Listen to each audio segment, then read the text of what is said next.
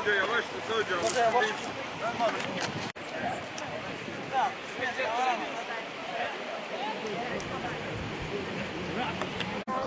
Bakma bakma Biraz dağıtayım.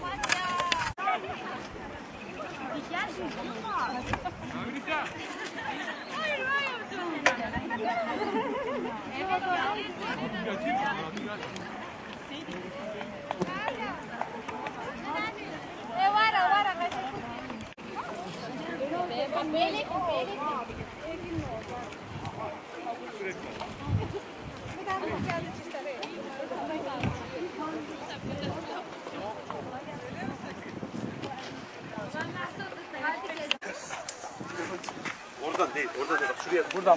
Heh. Dur. Arkadaşım sen şu suyu tutar. Onda dik.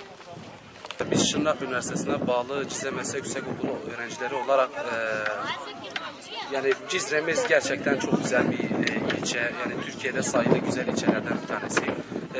Biz dört tarafımız dağlarla çevrili bir ilçeyiz. Çukur'dayız.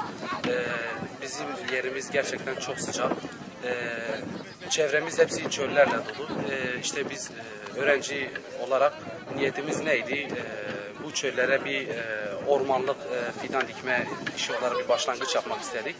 Biz de bu durumu büyüklerimize, okul müdürlerimize olsun, rektörler olsun, kurum ve kuruluşlar büyüklerimize olsun bunları söylemek istedik. Onlar da sağ olsun teşekkürlerimizi sunuyoruz onlara. Bu konuda bize el verdiler, yardımcı oldular. İşte niyetimiz nedir? Biz de Cizre'miz adına bunu bir başlangıç yaparak güzel bir şeyler yapmak istedik. Bunun hedefine ulaşacağına biz öğrenci adına gerçekten inanıyoruz. Umarım bunun devamı gelir. Yani her şey olacağı yere varacağından eminiz yani. İnşallah güzel şeyler olacak.